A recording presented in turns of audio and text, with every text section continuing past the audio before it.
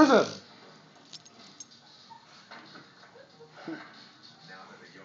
Princess. What happened is one of the gentlemen that was inside of this raid location threw the narcotics in the backyard of the animal Julio. as we were attempting to secure the house. And naturally, we couldn't Julio. secure the narcotics until the house was clear.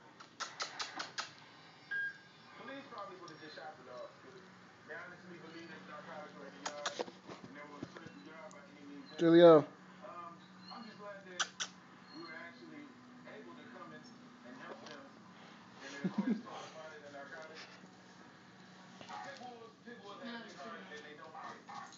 So a pit bull will guard their house. Oh, she mad.